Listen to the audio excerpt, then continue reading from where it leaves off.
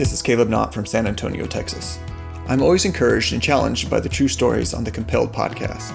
These testimonies show that God is active in all our lives by freely offering His saving grace and bringing people into relationship with Him and His church. I get excited when I receive the notification on my podcast app that a new episode has been released, because I know that I'm about to enjoy a great story with eternal impact. Last time on Compelled, they tested me for cystic fibrosis, and I was positive. This is a child disease. You do not get in adulthood. Most people, they'll not graduate high school, they'll not go to college, they'll not get married, they won't have kids, they won't live a normal life. Throughout my life, I felt like I had cystic fibrosis for a reason. Every summer in college, I went and worked at a youth camp. And Amy was working at this place as well. I was selected to go to a paratrooper school and learn how to jump out of airplanes. Thankfully, I had already committed to work at the camp. Got married a year later, and we left in jet ski. We wanted really kids, but we knew that ultimately we couldn't have them, directly. Josh and I got a phone call from a woman who we have never met, who said, "Would you like to be the parents of my child?" That we would be able to raise a child is a miracle. I'm Paul Hastings, and you're listening to Compelled, a seasonal podcast with unique stories from the kingdom of God told by the people compelled to live for Him. This is episode 39, and after today, we'll only have one more episode left in season 3. Last week, we heard the first part of Josh and Amy Glasscock's story. As a child, Josh was diagnosed with a rare genetic disease called cystic fibrosis, which has no cure and always causes death in its victims. But unlike the doctor's dire warnings, Josh didn't die in his childhood, but attended college and even got married. We ended the first part of their story right as Josh and his wife, Amy, adopted their daughter, Lily Ray. If you haven't listened to part 1 yet, then I'd really encourage you to hit pause and listen to that before you hear today's story. Just look up episode 38 of Compelled on your favorite podcast app or on compelledpodcast.com. Today is part 2 of Josh and Amy's story as we hear how Josh's cystic fibrosis has gradually gotten worse and created irreparable damage to his lungs. Soon, they'll be confronted with several life and death decisions, and only God will be able to carry them through the storms ahead. Their story coming up right after a word from our sponsors. If you live anywhere in Texas and you have boys in your family, then pay close attention. When I was growing up, one of my highlights every summer was going to Camp Wilderness Ridge. And the word wilderness is not just a placeholder. No. It was truly a wilderness experience. The accommodations were bare bone. There was no AC, no electronics. It was just me and God and the outdoors, and a bunch of other campers and counselors. Of course, there were the regular activities you might expect at a camp for boys: canoeing, swimming, fishing, archery, riflery, tomahawk throwing. But then there were some pretty unique outdoor games that you had to see to believe, including the infamous counselor hunt, the grueling Iron Cabin Challenge, and of course, Midnight Tower Tag. The week was specifically designed to provide outrageously active days in a safe and encouraging environment while connecting with God. Every day, our eyes were open to the majesty of God in various ways, including Bible studies, campfire sermons, and exploring the wilderness. We learned what it means to become a real man of God, to be a servant leader, how to accept responsibility and lead courageously. And I hope that will be your son's experience as well. I've stayed plugged in with Wilderness Ridge for the last 20 years as a camper, then as a work crew member, a counselor, and even a chaplain. And I would personally encourage any parent who wants their son to experience an unforgettable week in the outdoors to send their son to Wilderness Ridge. There are 2 camps this summer, one for boys ages 7 to 13 and another for boys ages 13 to 17. To learn more, visit wildernessridge.com. Again, that's wildernessridge.com. If you remember all the way back to when we first started Compelled, one of our original guests was Philip Telfer in episode number 5. Philip shared how he was on the verge of suicide, but the night he planned to kill himself was the very same night that God opened his eyes to salvation. And the very same love that saved Philip that evening is the same love that has compelled him in his ministry today. And one of those initiatives is the Christian Worldview Film Festival and Guild. Now, the film festival is a live event highlighting the best work of Christian filmmakers every year, with keynotes from producers, directors, and writers passionate about their filmmaking craft. I've attended for many years and have always left equipped with greater technical knowledge while also encouraged in my walk with Christ. They've also added the Guild membership as a special digital program that includes access to over 300 hours of master classes and keynotes year-round. Guild members are also listed in a nationwide directory of Christian filmmakers, and of course, members receive discounts to the annual film festival. To learn more about the Christian Worldview Film Festival and Guild membership, visit ChristianWorldviewFilmFestival.com. Again, that's ChristianWorldviewFilmFestival.com. One last thing before we jump into the story. We're holding a Zoom call tomorrow night with Josh and Amy, and I'd love for you to join us. This will be your chance to ask Josh and Amy additional questions about their journey, which you're about to hear the exciting conclusion of, and to meet other Compelled listeners and members of our team. The call is tomorrow night, Wednesday, April 7th at 7:30 p.m. Central Time. To get on that call, visit compelledpodcast.com/Zoom for the details. Again, that's compelledpodcast.com/Zoom. We hope to see you there. All right, now just a quick reminder on the story. Josh's cystic fibrosis is sometimes abbreviated as CF. It's a lifelong genetic disease that causes your lungs and other organs to create too much mucus and fluid. The mucus is abnormally thick and sticky and eventually blocks critical tubes, ducts, and airways. Not only does this make it difficult to breathe, but it also increases your likelihood and frequency of catching infections, developing pneumonia, and permanently damaging your lungs. Over time, the damage to your lungs and other organs becomes permanent, and you'll eventually suffocate to death or die from other complications. At the time Josh was diagnosed as a child with cystic fibrosis, the majority of patients never survived beyond childhood. Over time, some treatments have been developed which can help minimize some of the symptoms, but only slightly. There is no cure, and cystic fibrosis always results in premature death. While Josh and Amy were dating, they both lived a very active lifestyle. But after getting married, Josh's health began declining. But it took a very sharp turn for the worst shortly after adopting their daughter, Lily Ray. So we get to 2019. 2019 was the worst year ever for me, health-wise. It was also the darkest, like mentally, emotionally. I wouldn't say necessarily spiritually, but it was like the grimmest moment of my life. So it was around May 2019 that I ended up, it was right after Easter actually. Her family was down here visiting, and I woke up one night and I literally just felt like this, almost like somebody sitting on my chest. And so I checked my heart rate, I checked everything, and like it wasn't going away. It was breathlessness, more than I've never had, really. And so, knowing that I've had a collapsed lung, knowing I've had other things, I was like, okay, we need to go get this checked out. I was thinking, okay, maybe I have another collapsed lung. That's really what my first thought was. I have another collapsed lung. Let's go do the procedure, blah, blah, blah, And so I go and I get checked out, and they don't find anything right off the bat. They do the x-ray, they do the stuff. My CO2 levels are high, my oxygen was lower, which is, once again, common, because if you can't breathe enough oxygen, things like that. So they start testing me, but this thing's not going away. Like, they're giving me some things to kind of calm me down. It's just not going away. And it just started progressing. It stayed constant where I could not breathe. And it was really starting to get to me, like mentally and everything, because I had no level of relief. The only level of relief is when they'd give me stuff to kind of sedate me. Yeah. And that can only last a little bit, or painkillers, and it literally was progressing.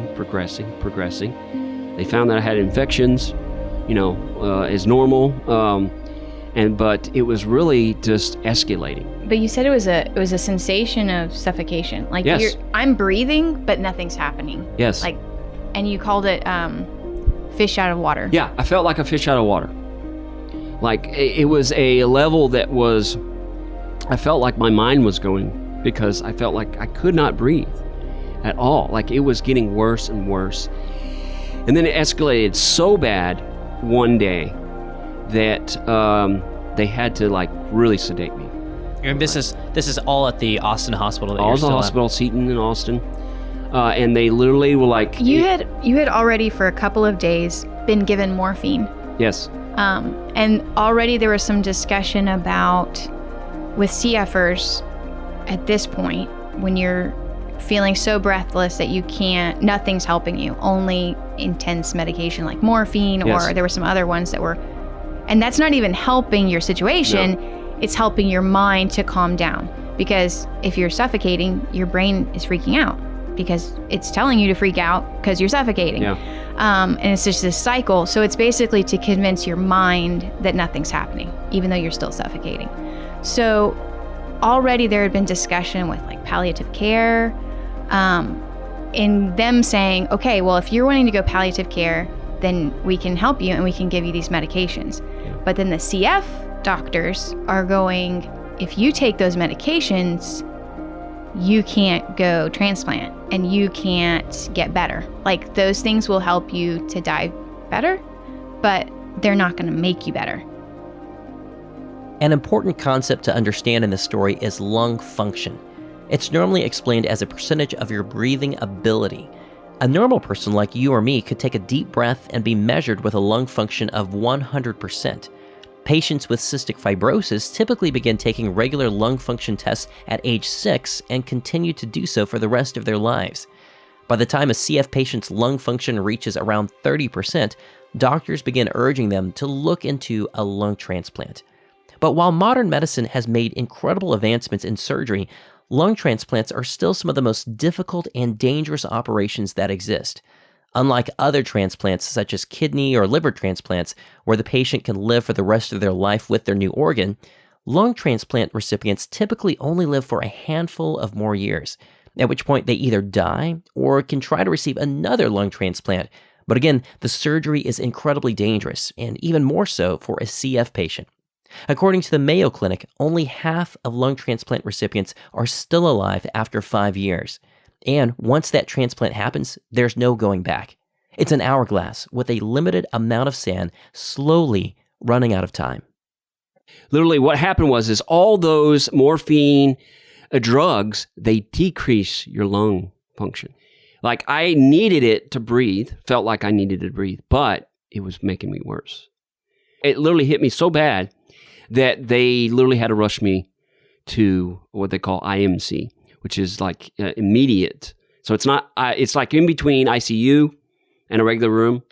It's like immediate, critical care type deal. From my perspective, like when we were still in the room and he was having these moments where he's already breathless constantly, but then he would, let's say, cough, and that just made it worse because now he really doesn't have air. His lungs just exhaled all of that and he can't get it back in. And so his face is turning red. He can't talk to me and he's like snapping his fingers. He's, waving his hands. I'm freaking out because I have to interpret that and I don't know what to do. So at this moment that he's talking about, I believe it was May 2nd, I had to run out into the hallway and flag down, like scream at the nurses and the doctor to come in because I think all you did say was sedate me. I think you screamed sedate me. Something. Yeah, I need something really bad. And so from then they came in and immediately gave you something through your IV. I think he gave you 2 shots of something to like immediately calm him down because he was like about to lose it. And then that's when they were rushing you to the IMCU. And that's also when they were talking about putting a trach in, which would have been like the beginning of the end. Wow. So that was a huge critical point. I was like gone. Like they had to sedate me with stuff because I was so bad that literally I don't even remember like for the next several hours. And what was your lung function at that point? That was probably the 18 or 19%. Wow. Yeah, I was like, it dropped so bad that literally so then it became this balance of kind of a dance in between. They were freaking out, like I was out, but they were asking her, what do we want to do, transplant or not? Transplant, like we're like, what is it? So there's like this transplant thing because at this point, when you get this bad as a CFer, there's one or two options. There's one, you go transplant route. And you have to do all the tests and everything like that. You get a lung transplant. Now, that doesn't just solve your problems. That's just kind of a Band-Aid to allow you maybe make it a couple more years, potentially. If everything goes well, that's what you get, a couple more years. Is that because the CF gene... No, it's because the lungs are done. They're done. Lungs just don't transplant. Lungs are done. It's not like lungs are the hardest organ to transplant. Not like a liver or something. Even over a heart. A heart is easier to transplant because than it's lungs. two factors. You still have CF, and then you're getting a lung transplant, so you become immune suppressed. You don't have an immune system anymore, and you can always fight infections, which are prevalent for CFers. And so it's like this, two bad issues. Yeah. But it's like literally that's our only option. Or the other option was palliative care, where it's, hey, you're just going to die softly. We're going to give you drugs, and they'll make you comfortable as you go out. That's really where we're at. So that's why they're like, we're not going to give you stuff. You've got to make a decision. Are we going transplant? If we go transplant, we don't want to ruin everything and give you bad stuff, that's going to harm you even worse. So they literally were having to question her, and she's like freaking out, like, I don't know. And I'm out of it, like at this point, like I don't even know what's going on. Meanwhile, everybody, like the doctors, the IMCU doctor, the CF doctor, they're wanting an answer. Like, are you going? Because we're giving him medicines, and we're either giving him medicines that are going to make it worse for a transplant or better for palliative care. And we need to know which direction you're going. Yeah. And thankfully, Josh got out of that, and he was able to be transferred back to a room after a couple of days. And then he and I got a chance to start talking and asking questions about what does that mean for palliative care? What does that look like? Because Josh was suffering very, very much. There were so many questions with palliative care okay, well, those are like life and death decisions. So how much are you going to help somebody pass away? How much are you not helping them? Like, it's too much, at least in my mind, it put too much on me of what decisions I'm making involving Josh's death. And that was very scary, and I didn't want to overstep bounds or take anything into our hands that's in God's hands. Sure. And then also talking about transplant, like what does that require? And what kind of comfort measures do you offer at all if we're going to go the transplant route? Because with transplant, they told us this. You have to be sick enough to need it, strong enough to survive the surgery, and psychologically strong enough to handle the recovery. It's not a guarantee. I could die in the surgery, like with the transplant. It's very possible. Or waiting for the transplant. Yeah. I knew that was the case. I knew enough about transplant to know that that's could be happening. It's not hey, I get this, I'm going to make another 50 years. No, it's literally like you once you get that, you have a certain amount of time that you've got. It's a ticking time bomb because your body's always trying to reject those lungs. It's not natural to have that, right? At that point, it's die comfortably or transplant. If you've ever struggled to breathe, then you know the panic that runs through your body. Maybe you crawled into the end of a sleeping bag as a kid and freaked out when you couldn't turn around. Or maybe you accidentally inhaled water into your lungs at a swimming pool in your teens. Or maybe you had an asthma attack as an adult. Hopefully, those moments were brief, but they still stick out in your mind. And perhaps you even subconsciously cringe as you remember what that felt like. For Josh, it was going on not just for hours, but days upon days. The entire time that Josh was at the hospital, he was hooked up to an oxygen tank, but his lungs simply weren't working. They couldn't absorb the oxygen anymore. His lung function was too low. This was a dark time for the Glasscocks, but not just because of Josh's physical suffering. Mentally, I've never been so, like I said, most of my life, positive. I've grown up to thought positive, everything. I couldn't keep positive thoughts. I couldn't keep straight thought. I couldn't keep anything. The only thing I could focus on was breathing, and I couldn't do that. So it was the depths that I've never been in my life where I realized this is the end. I knew that it was, it happened, it's going to come. I've known CFers, I've seen CFers go out that way, and it's not a pretty sight.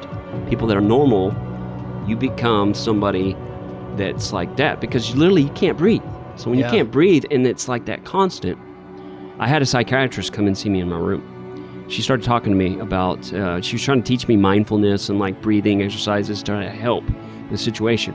And a big pivotal thing is when she was getting me to talk, she was like, go to your place that you would, feel like comfortable, that you really like, picture it, tell me about it. So I'm sitting there talking to her. I'm saying I'm sitting outside in my backyard and I'm seeing my little girl play and she's chasing a butterfly, going around.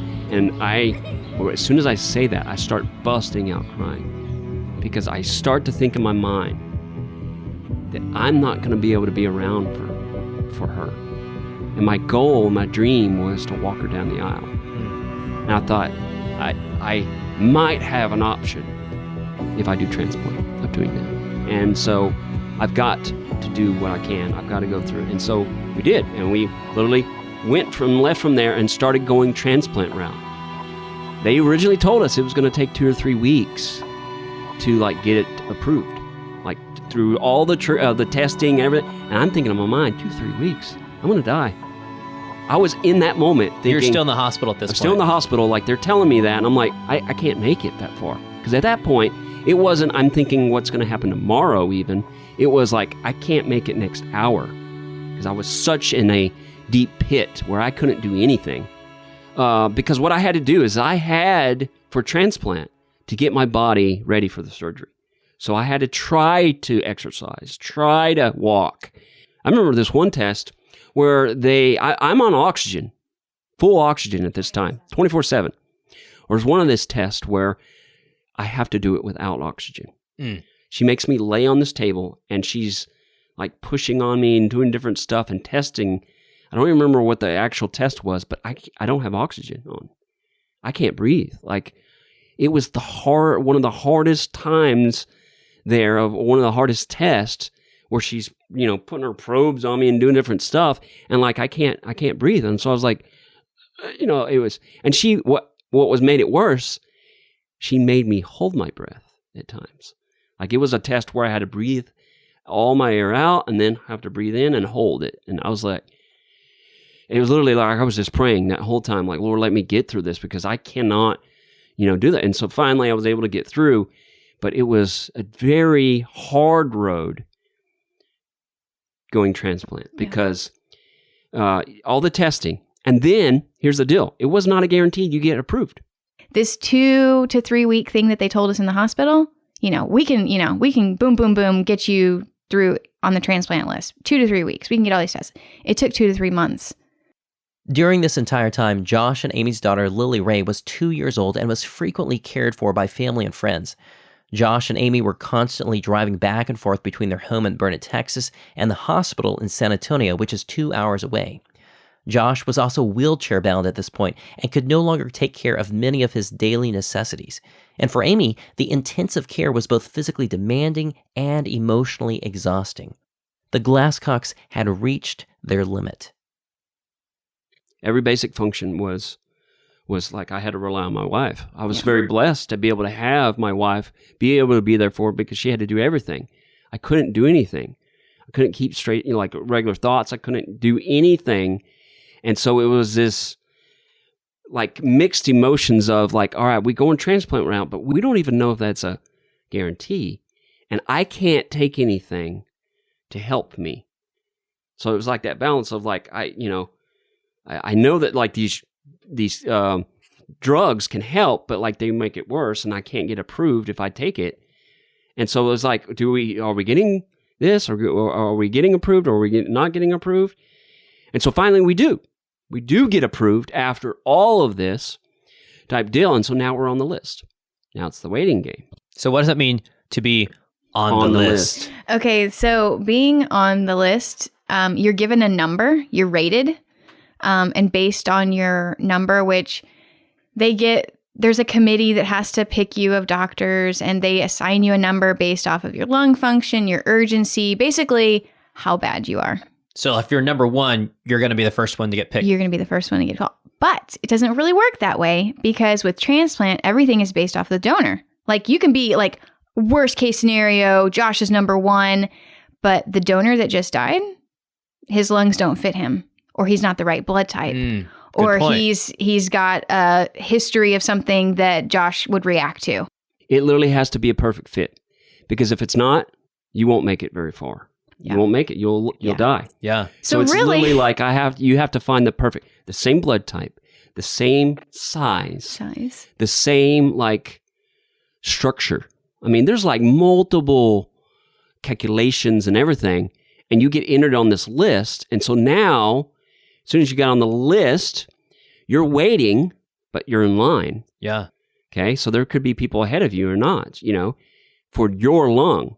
If they get a lung that they decide would be a match for you, they call you, and you have to answer your phone, and you have to be available to leave your house immediately. Right away. Because the organs don't stay organs fresh. It's a time. Are only viable for 4 to 6 hours. I think it's, with lungs, I think it's 4 to 6 hours. 4 to 6 hours.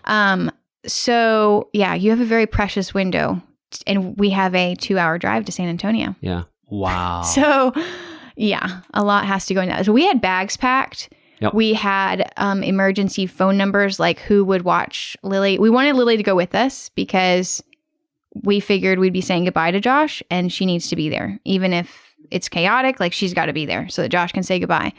But we also want somebody there to watch her so that if something happens or I can't be there. So we had all kinds of list of people. We also, while we were still in the hospital in Austin, we had organized everything for Josh's funeral.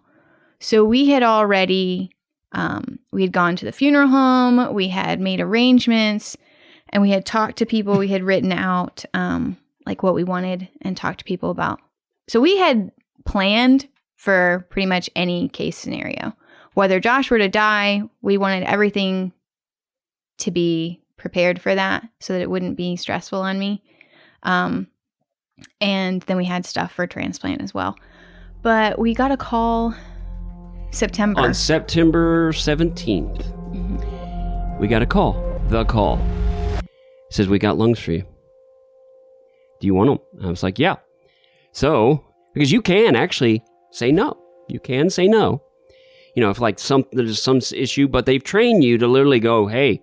Take what you can get. You take what you can get. Okay. So I was on the transplant list for what? I want to say you were like on it for 3 weeks. 3 or 4 weeks. It seemed like a long time. So really, that's not too bad as far as timing. And that was the first call y'all received. You hadn't missed any others. Hadn't missed any others or anything like that. So they give you a call, say yes, all right, get here. And so normally they say what happens is you get the call, you'll show up, and you'll have time. Because usually the lungs have to be transported from somewhere else. They're being like flown in. Yeah, something like that. So this wasn't the case. We get there, the lungs are at the hospital. The person that had passed was at the hospital, and now we're on a time. So we were thrown off because we get there, and they're like, boom, boom, they're getting me down, they're starting to, shave me, they're starting to be able to get everything prepped, and we're like, what? My family's driving from 4 hours away on the coast of Texas. My sister's driving from Oklahoma. Josh's parents are driving from West Texas. Nobody's there yet, and nobody's going to be there. If it's going at this rate, as fast as they were going, nobody's going to make it. Nobody's going to say goodbye to Josh. I honestly thought that he would die on the table, that he would not recover. And so, I had a level of that too. And you had a level of that too. So even though we're going through all of this for months to get on the transplant list, I was sick to my stomach the whole time, thinking he's going to die on the transplant, but at least he'll die fighting. That was my mentality. That was Josh's will, and Lily will know he died trying to live for her. So at this time, when we're going through all this and it's being rushed, I'm taking pictures left and right. I'm asking them to take a picture. I'm kissing him so many times I can't even count. And I'm just wanting him to know I love you. Probably said it so many times, just know that I love you, because I didn't think that I would see him again.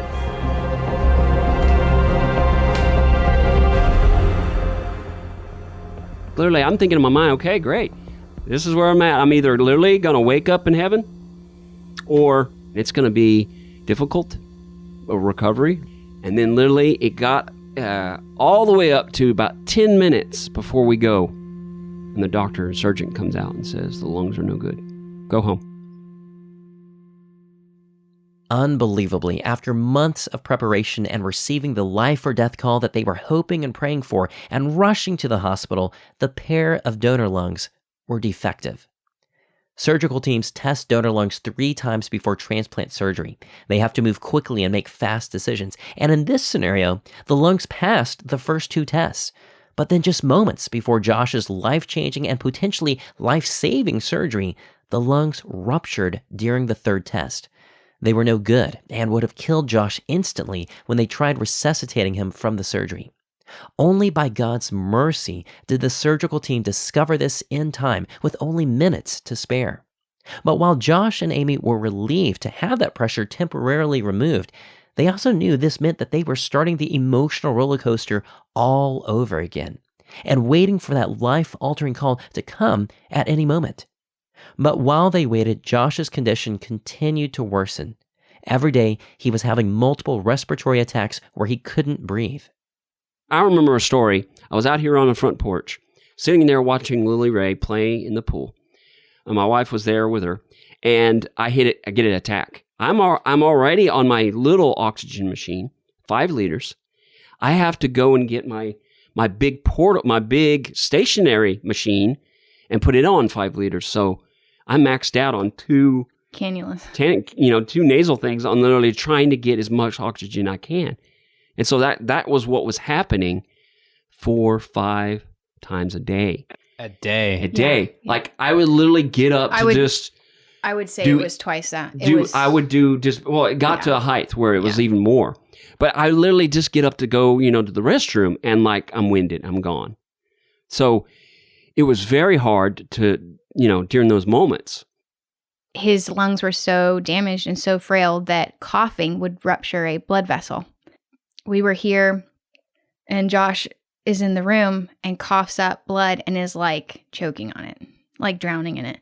And I'm thinking in my head, like, well, what if it doesn't stop? Like, he's going to literally drown with blood. So I'm like, I can't drive him to the hospital if he's going to be coughing up blood everywhere. So we did call an ambulance. So all of this stuff and so many respiratory attacks a day, and I can't even tell you how stressful it was.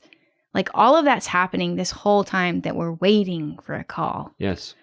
So there was no moment there was bits and pieces that God gave us of we're sitting on the couch together and things are fine. Or Josh is laying in bed and Lily's next to him and things are fine. But it was sweet and precious little moments, like minutes of the day that were calm. It was not a good season. It was my lowest time in my life, But even with that, like the Lord was there. He's always been there. He was always, giving me levels of peace, and even whenever I couldn't have it, like mentally. Like I was at a level where like mentally I had no hope. I had no, nothing. Like I couldn't even think of the next day or anything like that. So there was like a dark time to where I'm like, but I don't believe like I doubted the Lord at any time during that. But I was just like trying to see what he wanted out of this, what was the end goal with it. But so I was just thinking, well, I think at that time in my life, it was literally, I just got to spend it with my family, Yeah. And spend it and try to just do different things like that. And so I started kind of, I remember I recorded myself one time, as a video for Lily as she's grown up, And I was trying to think of that, thinking of literally just what can I leave, Lily and Amy that will go for years on, And so they waited for the call, the moment when they would know that there was another opportunity to receive another set of lungs. And while they waited, they daily clung to the Lord, praying and asking God to spare Josh's life until they could receive that phone call. Around this point, Josh's lung function was measured at 18%, meaning that 82% of Josh's lung functionality was shot. They didn't work and simply couldn't process oxygen. If something didn't happen soon, Josh was going to die. But what they didn't know was that God was already moving behind the scenes, doing something they would never have dreamed of. All growing up, the doctors always told me that there is a drug on the horizon. There's something that's coming.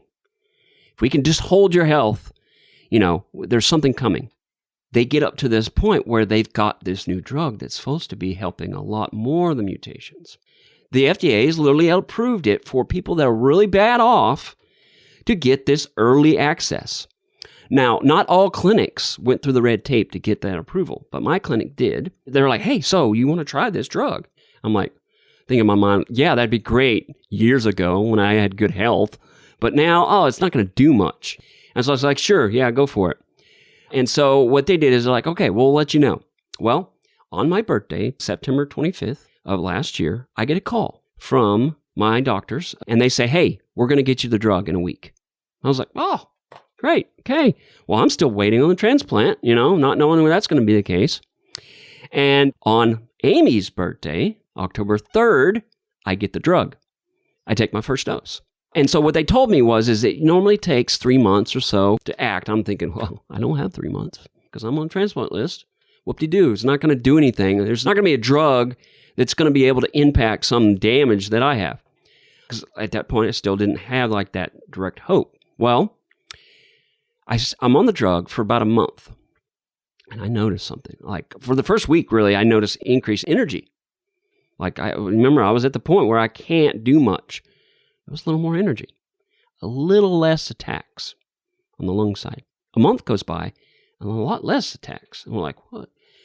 I go in and get a test, and the doctor's like, at that point, this was the dividing moment right at this point.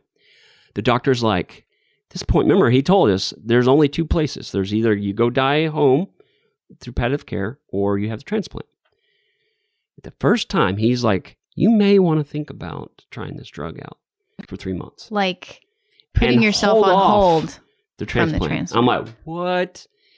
You at this point have been telling me transplant's the only option. But my doctor has seen all the studies and done all the stuff and have had other patients that this has been a game changer. So he's like, you might want to wait. So I was already feeling a little better, somewhat. But I'm like, okay, hey, transplant, the very unknown, or this is very unknown, but like I keep my lungs with this drug. Yeah. So we were praying about it, and I'm like really felt strongly like, okay, I need to give this a chance. I need to give this a chance. Like, okay, so that was like on a Thursday or Friday, something like that. And so I was like, okay, we were praying about it over the weekend. And I was figuring, okay, on Monday, I'm going to tell the transplant team that, I probably just need to be on hold. I was still kind of like weighing it. But then on Saturday night, I get the call. The transplant call. Transplant Call calls number and 2. says, hey, we got a lung for you. Now I have another parting of the waves. And like I can say no because I can. I was like, I felt overwhelming peace and going, I have to say no. And they're like, what? I mean, they were like kind of ticked off a little bit because they're like, what? And I was like, I can't. I need to, I have to say no. And just like that, Josh said no to a new set of lungs. The nurse on the other end of the phone didn't spend much more time on the line with Josh. They hung up and called the very next person on the lung transplant list. But Josh turned around and realized what he'd done. He'd said no to what he'd been working for months, transplanted lungs. Up until this point in history, lung transplants have been the only option for CF patients to extend their lives by a few more years. And Josh has been on death's door for months, in and out of hospitals, receiving breathing treatments on oxygen tanks, and has already made arrangements for his own funeral. But now, Josh thinks that maybe God has opened the door to another lifeline, an experimental drug with life-altering implications. And like little by little, I started improving. Like I feel better. You're not using oxygen all day long. I'm not using oxygen as much. I'm not, being heavily on all the meds as much. I'm not, all these things are starting to happen. To the point in February. No, by November. By Thanksgiving, we visited my family. Yes. This is the first vacation from home we've taken in a year because we only leave the house to go to the hospital. Yeah. But we went down to my parents and Josh went fishing. Surf fishing. With no oxygen. And we're looking at this like, you couldn't stand. You couldn't take I couldn't 2 do steps nothing. without oxygen. And I'm out in the surf, fishing for like 3 hours. Just on Easter, you had been like about to die. Yes. And like 6 from months Easter, later. Basically Thanksgiving, like it was a game changer turnaround. And that's from October 3rd, first dose. Yep. To Thanksgiving. So you're talking like less than 2 months. We fast forward to literally going from that time, so anyways, February, I go to a doctor's appointment. I do the lung test and I am at 31 lung function. Wow. At that point, I was at, 18, 19, and literally got to the point where like it now has gotten me to that level where like I was able to function. I was able to go back to work too. Wow. In January. And so now, literally just doing that, it's, been a big game changer tremendously. Like the Lord, once again, he was there and it was miracle number 3 in our lives in a sense that he literally was like, hey, you say you got 1 or 2 options. I'm giving you a third. It's either die or go home or, this type of deal with the transplant, or I can bring a random drug at the last minute to do it. The interesting thing about when they were telling him about this trial drug or this, new drug that had a very small window of people that could take it before it was FDA approved, part of the requirements to be able to take it before it was FDA approved was your lung function had to be below 40% and you had to be working towards a transplant. What if all of that, him having such low lung function and us doing all the stuff with the transplant, was just to get him to be in that special group that could have early access? Wow. You know what I mean? What if we had done palliative care? One, I don't think he would have made it because I think that would have been the direction we're going, and you would have probably given up hope. We would have taken, drugs until it messed things up. We probably wouldn't even have made it that far. Because they didn't open until December anyways for people that weren't in the early access batch. Yeah. So. Wow. Yeah, so it was something else, like literally a miracle. Just once again, God showing off in our lives and going, you know what? Like I'm going to open up the doors to allow you now to have the hope of being able to walk Lily Ray down the aisle. Today, Josh has continued to surpass all of the predictions about his life expectancy. Josh no longer has to use a wheelchair and he can walk anywhere he feels like. Apart from an inhaler, he doesn't even need oxygen during the day. In fact, just a few days ago, Josh and Amy texted me that Josh's lung function is now measuring at 34%. Normally, it's incredible for a CF patient's lung function to remain the same, let alone improve. And the fact that Josh's lung function has almost doubled from his low point of 18% is a miracle. And being a living miracle isn't something that Josh takes for granted. As we wrapped up their story, Josh and Amy wanted to share how they found opportunities through their story to share the love of Christ with others. I've had multiple conversations with nurses, doctors, patients about the Lord. It's opened up the door for that. And I firmly believe that's why God allowed for me to have CF, is because I could be able to speak on those things, I think it's a huge testimony to suffer well. To be for 14 days in one room, you can't leave your room, you're in isolation, and all these nurses coming in, and to see the scripture and we don't play the television while we're in the hospital. We have a scripture over it from Psalm 101 that says, I will set no wicked thing before mine eyes. And we have people that'll make a comment about that, or, wow, your room is so peaceful, or I just love coming in your room. It's so cheerful. And, but just the witness, otherwise Josh and I, we wouldn't have much of a ministry. We did foster care and we have Lily, but other than that, his job is in a Christian environment and he works in an office. It's the hospital 14 days at a time, 6 times out of the year. That's 3 months altogether that we're witnessing over and over. Like, they get to see you over and over again. So it's not like a one-time thing. This is over years. So we knew nurses, we had known them for 7 years, 8 years, 9 years. So it's a pretty powerful testimony, I think, especially as a Christian, to show them the difference. And they see other CFers, or they see other patients that, you know, maybe claim to be Christian too, but don't suffer well, or don't use those opportunities to glorify God. Because we don't always see that suffering is an opportunity to glorify God. Sometimes we just get too focused on the suffering. What would you guys say to someone listening who has recently been diagnosed with a long-term illness or disease or disability? Then my number one thing by far that's helped me is trusting in the Lord. Trust in the Lord. Because there's scripture where it says, trust in the Lord, and lean not on your own understanding, but in all your ways acknowledge him, and he shall direct your paths. Was pivotal for me was you trust in the Lord, and I've seen how he comes through. Okay? But also remember that we are not guaranteed tomorrow. I know that like you can very easily get into that mindset that like we have, you know, nothing's going to happen. But that's not what happens. You know, things can go wrong quickly, fastly, you know, everything, right? But what can stay there and endure is the faith in God. He's always there. He's always going to provide. He's in control of all things too. That's another thing you have to think about is no matter what, he is in control. He is on high. And it's nothing that the devil can do or anybody else can do that's going to be apart from his will. I would say, like, from a caregiver perspective or from the wife's perspective, whether it's your husband that was just diagnosed with something or a child or something,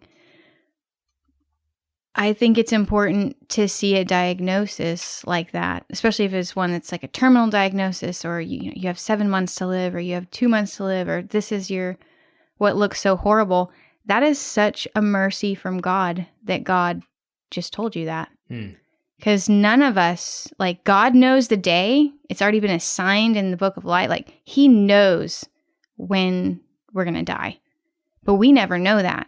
So for anyone to come to you and say, this is really bad and this is your time frame that you have, that's a mercy from God to give you that insight. Because it would be one thing if I was married to Josh, never knew he was sick, never knew nothing, and one day he goes out and he dies. I didn't have any moment to reflect on how sweet our fellowship was together, our union together. I wasn't able to make special memories with him. But if you're told you have 6 months, or you have 2 weeks, or you have any time, like if anybody gives you any kind of time frame, that is a mercy and a grace from God to treasure that time with your loved one. He didn't have to give you that. He didn't have to tell you anything. And you could have regretted something. But that gives you such an opportunity to live more carefully for Christ, and to love each other more deeply than you probably wouldn't have had otherwise. So I think that it would be a blessing to look at that as a mercy from God and a grace that he would give you that insight and that opportunity. And also to know that he can do anything. Like, any diagnosis from man really doesn't mean anything. It doesn't change the day that your husband was going to die. He wasn't going to die when he was 80, but now that he has a diagnosis, he's going to die when he's 42. No, God has that day ordained. Nothing changed on God's side from a diagnosis. And then here, Josh and I are like, I was for sure last year I'd be a widow. It's for sure multiple times in our marriage, I'm going to be a widow. I've always thought it from the day we got married. I just always had that mentality. And I don't know, maybe I'm going to die before Josh. But, any kind of diagnosis doesn't determine the outcome. God's already determined the outcome. So we need to be careful how we see diagnosis, I guess. Yeah. And then I would also say, Josh said a phrase when we were first married. It was after our first year, and we were first going through some hospitalizations together. And even in that first, he had some back-to-back hospitalizations that were bad. And he had a complication with medicine, and his heart almost stopped, and all kinds of crazy things were going on. And The doctors at the time were like, we don't know what to do for you anymore. And I remember thinking, like, I've just had 1 year of marriage with this, and he's going to die. Like, we've only had 1 year. It was so bad. And I remember Josh saying a phrase, and he still says it today. He says, these are exciting times. And he always says that when they're the worst, where like it looks so dark and depressing and all is lost and I'm going to die or I'm going to be a widow or whatever. He always says, these are exciting times. And he says that because no matter how bad things are, God is always on his throne and he's sovereign. So we can look at any kind of situation, any diagnosis, any disaster in our life, and we can say with certainty and with a great measure of faith that these are exciting times because nothing changes according to God. He has it all ordained and he's in control. And that's a very safe place to rest. All right, guys. Appreciate it. Thank you so much, Paul. Yeah, thank you. Now, it sounds like Josh's story has a happy ending. And by many accounts, it really does. I mean, this is a guy who could have died during any moment of a regular day, whether from rupturing a blood vessel while coughing and drowning in his blood, running out of oxygen and suffocating to death, or dying on a surgical table during a lung transplant. You name it, it could have happened instantly. And in many ways, it still can. While the drug that Josh is taking has had unbelievable positive effects for Josh, it's still experimental and it's not a cure. There's simply no knowledge about any long-term side effects about the drug, and his lungs could still unexpectedly collapse again, or his other organs that have been damaged by a lifetime of cystic fibrosis could fail, or he could be killed in a worldwide pandemic that attacks the respiratory system. The current life expectancy of CF is 37 years, which is the age that Josh will turn this September. And I hope that you can join me in praying for Josh and his continued health.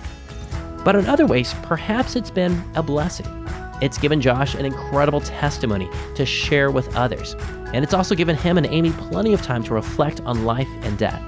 And they have lived their life to the fullest. In Ecclesiastes 9, God reminds us that no man knows his time. Even a perfectly healthy person like you or me, we don't know. Only God does. May we each live as though our days are numbered, and may we live them for the glory of him who made us. Now, don't forget to join us tomorrow night on our Zoom call, Wednesday, April 7th at 7:30 p.m. Central Time. Josh and Amy will be on that call to answer any questions you may have, and it's a great chance to meet other Compelled listeners and members of our team. You never know who's going to join. So to get on that call, visit compelledpodcast.com/Zoom for the details. Again, that's tomorrow night, Wednesday, April 7th at 7:30 p.m. Central Time. This episode was produced by me and my wife, Sarah Hastings. Our editor is Zach Fowler. Our assistant editor is Jonathan Schutz. Production intern is Ethan Adams. And our music outro is by Ben Jackson and Brian Facchino.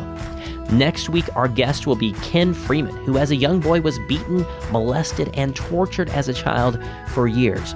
Anyone ever claiming to love him simply wanted to abuse him. But then one day, Ken was introduced to the love of a perfect father, and his life would never be the same. Stay tuned for a sneak peek. I'm your host, Paul Hastings, and you've been listening to Compelled. We'll be back next Tuesday with the Season 3 finale of Compelled. My mom had drugged my sister into the room. I'm 10, she's 8. Got a knife in my throat. Her whiskey breath's in my face. She's telling me we came from hell. We